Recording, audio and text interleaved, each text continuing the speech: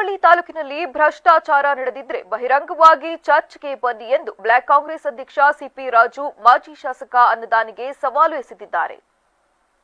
ಮಳವಳ್ಳಿ ಪಟ್ಟಣದ ಪ್ರವಾಸಿ ಮಂದಿರದಲ್ಲಿ ಸುದ್ದಿಗೋಷ್ಠಿ ನಡೆಸಿ ಮಾತನಾಡಿ, ತಾಲೂಕಿನಲ್ಲಿ ನಮ್ಮ ಶಾಸಕ ನರೇಂದ್ರ ಸ್ವಾಮಿ ಅಧಿಕಾರ ಅವಧಿಯಲ್ಲಿ ಎಷ್ಟು ಅಭಿವೃದ್ಧಿಯಾಗಿದೆ ದಾಖಲೆ ಸಮೇತ ನೀಡುತ್ತೇವೆ. ತಾಲೂಕು ಆಡಳಿತ ವೈಫಲ್ಯ ಎಂದು ಪದೇ ಪದೇ ಹೇಳುವುದು ಮಾಜಿ ಶಾಸಕರಿಗೆ ಶೋಭೆ ತರುವುದಿಲ್ಲ ಎಂದು ಮಾರ್ಮಿಕವಾಗಿ ನುಡಿದರು. ಭ್ರಷ್ಟಾಚಾರದ ಬಗ್ಗೆ ಮಾತನಾಡುವ ನೈತಿಕತೆ ನಿಮಗಿಲ್ಲ, ಏಕೆಂದರೆ ನೀವು ಒಂದು ಬಾರಿ ಟ್ರ್ಯಾಪ್ ಆಗಿದ್ದೀರಿ, ಅದನ್ನು ಮರೆಯಬಾರದೆಂದು ಆರೋಪಿಸಿದರು. ಆಡಳಿತ ವೈಫಲ್ಯ ಅಂತ ಒಂದು ಹೇಳಿಕೆ ಕೊಟ್ಟುಬಿಟ್ಟು ಪಲಾಯನ ಮಾಡ್ತಾ ಇದ್ದಾರೆ. ಚರ್ಚೆಗೆ ಬನ್ನಿ, ಏನು ವೈಫಲ್ಯ ಆಗಿದೆ ಅನ್ನೋದನ್ನ ನಮಗೂ ಮಂದಟ್ ಮಾಡ್ಬೋದು.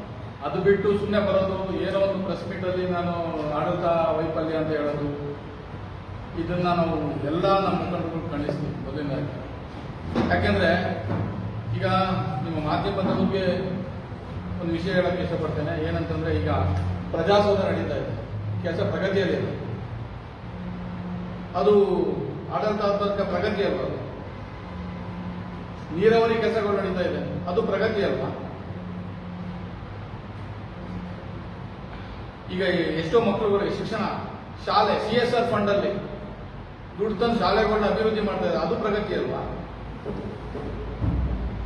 ಸುದ್ದಿಗೋಷ್ಠಿಯಲ್ಲಿ ಟಿಎಪಿಎಂಎಸ್ ನಿರ್ದೇಶಕ ದೇವರಾಜು, ಬ್ಲಾಕ್ ಕಾಂಗ್ರೆಸ್ ಅಧ್ಯಕ್ಷ ಸಿಪಿ ರಾಜು, ಗ್ಯಾರಂಟಿ ಯೋಜನೆಗಳ ಅನುಷ್ಠಾನ ಸಮಿತಿ ಜಿಲ್ಲಾಧ್ಯಕ್ಷ ಚಿಕ್ಕಲಿಂಗಯ್ಯ, ಅಂಬರೀಶ್, ಮಲ್ಲಣ್ಣ ಸೇರಿದಂತೆ ಹಲವರು ಉಪಸ್ಥಿತರಿದ್ದರು.